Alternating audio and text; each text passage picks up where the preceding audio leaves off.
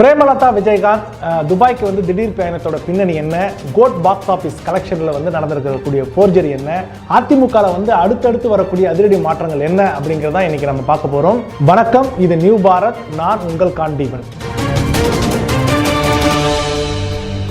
தேமுதிகவுடைய பொதுச் செயலாளர் பிரேமலதா விஜயகாந்த் வந்து திடீர்னு துபாய்க்கு வந்து புறப்பட்டு போயிருக்காங்க.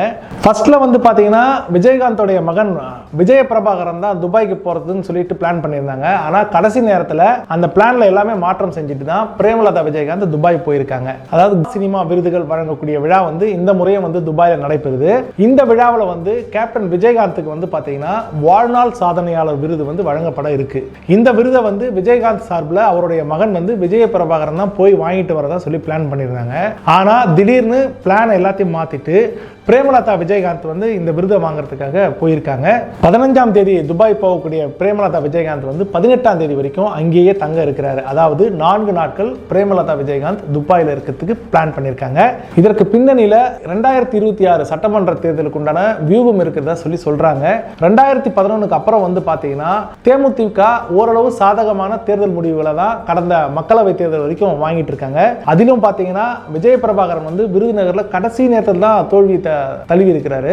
இதனால தேமுதிக வந்து வரக்கூடிய சட்டமன்ற தேர்தலுக்கு முன்பாவே வந்து ஒரு ஆக்டிவான ஒரு கட்சியா மாத்தணும் அப்படின்னு சொல்லிட்டு பிரேமலதா விஜயகாந்த் வந்து முடிவு பண்ணிருக்காங்க. 2011க்கு அப்புறம் வந்து பாத்தீங்கன்னா தேமுதிக கட்சி பெரிய அளவுல எந்த வெற்றியும் பெறாத காரணத்தினால கட்சிக்கு வந்து நிதி வந்துட்டு இருந்தது நின்று போயிருக்கு. அதே போல வந்து கட்சியில வந்து செலவு செய்யறதுக்காக நிர்வாகிகள் இப்போதைக்கு யாருமே இல்லை அப்படிங்கிறாங்க. இதனால 2026 சட்டமன்ற தேர்தலுக்கு கட்சியை வழிநடத்த பிரேமலதாக்கு நிதி தேவைப்படுது. இந்த விஷயமா தான் பிரேமலதா தற்போது துபாய் சென்றிருப்பதா சொல்லி சொல்றாங்க. கேப்டன் குடும்பத்துக்கு துபாயில பெரிய அளவுல முதலீடுகள் இருக்குதா சொல்லி சொல்றாங்க. அந்த முதலீடுகள் மூலமா நிதியை இந்தியாவுக்கு கொண்டு வந்து கட்சிக்கு பயன்படுத்தவே அதுக்காக தான் பிரேமலதா விஜயகாந்த் வந்து துபாய் போயிருக்கதாவும் சொல்லியிருக்காங்க. அங்க 4 நாட்களும் தங்க இருக்கிறதா சொல்லியிருக்காங்க. அடுத்ததான் நம்ம என்ன பார்க்கறோம்னா விஜயோட கோட் திரைப்படத்துல வசூல் என்ன வந்தது, அதுல நடந்திருக்கக்கூடிய போர்ஜரி என்ன அப்படிங்கிறது உங்களுக்கு எல்லாருக்கும் தெரியுமா அப்படின்னா தெரியாதுன்னு அர்த்தம். இப்போ நாங்க சொல்ல போறோம். அதாவது வந்து 4 நாட்கள்ல வந்து பாத்தீங்கன்னா படம் ரிலீஸ் ஆகி 288 கோடி ரூபாய் வசூல் சொல்லிட்டு செப்டம்பர் 9ஆம் தேதி இந்த படத்தோட கம்பெனி ஏஜஸ் நிறுவனம் வந்து ஒரு விளம்பரத்தை வெளியிட்டாங்க. அதுக்கப்புறம் வந்து பாத்தீங்கன்னா ஒரு வார காலமா கப்சிப்னு சொல்லிட்டு அமைதியா இருக்குது அந்த நிறுவனம். படம் வெளியான அன்னைக்கே பாத்தீங்கன்னா நெகட்டிவ் ரிவ்யூஸ் வந்து அதிகமா வந்துடுச்சு. படம் விஜய் ரசிகர்களுக்கு உண்டான படம் இல்லாம சென்னை சூப்பர் கிங்ஸ் ரசிகர்களுக்கு உண்டான படமா தான் அந்த படத்தை பார்க்கும்போது இருந்ததா சொல்லி சொல்றாங்க. அப்புறம் பாத்தீங்கன்னா அந்த படத்தோட லென்த் இருக்கு இல்லைங்களா, ரசிகர்களோட ரொம்ப பொறுமையை சோதிச்சிருக்கு. பாட்டும் சரியில்லைன்றாங்க. இந்த படத்துல வரக்கூடிய காட்சிகள் இருக்கு இல்லையா, ஒவ்வொரு காட்சியும் அந்த காட்சிகள் வந்து பாத்தீங்கன்னா ரசிகர்கள் வந்து முன்கூட்டியோ யூகிக்கக்கூடிய அளவுல தான் படம் இருந்திருக்கு அப்படின்றாங்க. இதனால வந்து படம் பிளாப் இல்லைனாலும் ஓகே அப்படிங்கிற ரகத்தில் தான் படம் ஓடி இருக்கு. படம் முதல் நாள் கலெக்ஷன் வந்து 120 கோடி ரூபாய் அப்படின்னு சொல்லி அறிவிச்சாங்க ஏஜிஎஸ் நிறுவனம். இதனால வந்து பாத்தீங்கன்னா திரையரங்கு உரிமையாளர்களும் சரி விநியோகஸ்தர்களும் சரி செம்ம டென்ஷன் ஆயிட்டு இருந்ததா சொல்லி சொல்றாங்க. சரி, ஃபர்ஸ்ட் நாள் கலெக்ஷன் வந்து ஹைப் பண்ணி காட்டினாதான் அந்த வாரத்தோட எண்ட்ல வந்து பாத்தீங்கன்னா அதிகமான வசூல் இருக்குன்னு நினைச்சிட்டு தான் அந்த 2 பேரும் அதாவது விநியோகஸ்தர்களும் சரி திரையரங்கு உரிமையாளர்களும் சரி அமைதியா இருந்ததா சொல்றாங்க. ஆனா சென்னை அதே போல அது முக்கிய நகரங்கள்ல தமிழ்நாட்டில் இருக்கக்கூடிய முக்கிய நகரங்கள்ல மல்டிபிளெக்ஸ்ல வந்து பாத்தீங்கன்னா முதல் வாரத்தோட இறுதி நாட்கள்ல டிக்கெட் வந்து எல்லாருக்கும் ஈஸியா கிடைச்சிருக்கு. இன்னொரு விஷயம் என்னன்னு பாத்தீங்கன்னா அந்த முதல் வாரம் முடிஞ்சு திங்கட்கிழமையே வந்து பாத்தீங்கன்னா படம் மொத்தமா படுத்துக்குச்சு. ஆனா இதையெல்லாம் மறைத்து தான் வந்து 4 நாள் வசூல் ரூபாய் 288 கோடி ரூபாய் அப்படின்னு சொல்லிட்டு ஏஜிஎஸ் நிறுவனம் அறிவிச்சிருக்கு. அதிலும் வந்து பாத்தீங்கன்னா தமிழ்நாடு தவிர மற்ற பகுதிகளில் வந்து திரையரங்கில் ஓடிட்டு இருந்த கோட் படத்தை தூக்கிட்டு வேற படத்தையும் போட ஆரம்பிச்சிருக்கிறாங்க.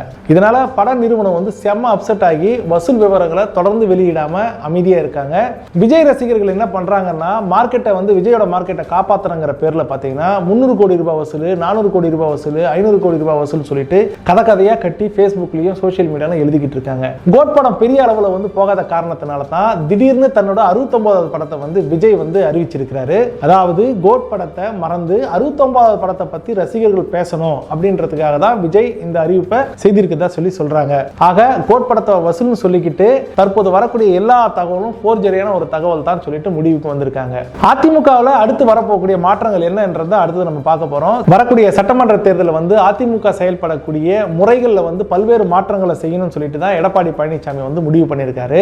கடந்த சட்டமன்ற தேர்தலில் வந்து சுனில் அப்படிங்கிறவரை வந்து தேர்தல் வியூக வகுப்பாளராக அமைச்சு தேர்தலை வந்து எதிர்கொண்டாங்க. ஆனா பாருங்க அவருடைய ஆட்சியை கூட தக்க வைக்க முடியாம போயிடுச்சு. 2024 நாடாளுமன்ற தேர்தல் என்ன பண்ணாருனாக்கா கட்சியில் இருக்கக்கூடிய மூத்த நிர்வாகிகளும் அவங்களுடைய அறிவுறுத்தல் மற்றும் அவங்க கொடுக்கக்கூடிய ஆலோசனை அடிப்படையில் வந்து பார்த்தீங்கன்னா தேர்தலை எதிர்கொண்டாங்க.